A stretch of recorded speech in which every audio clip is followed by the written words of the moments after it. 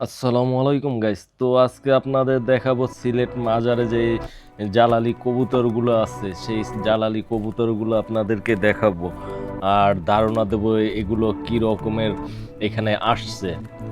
তো দেখতেই পাচ্ছেন আমি যে মেইন গেট আছে, মাজারের মেইন গেট দিয়ে আমি প্রবেশ করতেছি।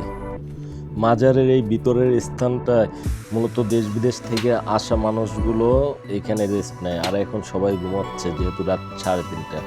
ঐতিহাসিকভাবে এগুলো জালালি কবুতর বলা হয়, যা গত 700 বছর বেশি সময় ধরে এই অঞ্চলের এক অনন্য ধর্মীয় ও সাংস্কৃতিক প্রতীক হিসেবে টিকে রয়েছে, যা দিল্লির বিখ্যাত সুফি সাধক হযরত নিজামুদ্দিন আউলিয়া রহমাতুল্লাহ আলাইহি অত্যাধিক শক্তির পরিচয় পেয়ে হযরত শাহজালাল রহমাতুল্লাহ আলাইহিকে প্রতি নিদর্শন রূপে একজোড়া সুরমা কাজল রঙের কবুতর উপহার দেন এবং হযরত শাহজালাল রহমাতুল্লাহ আলাইহি এই কবুতর আকাশে উড়িয়ে দেন এবং তার নাম অনুসারে এই কবুতরের নাম হয় জালালি কবুতর।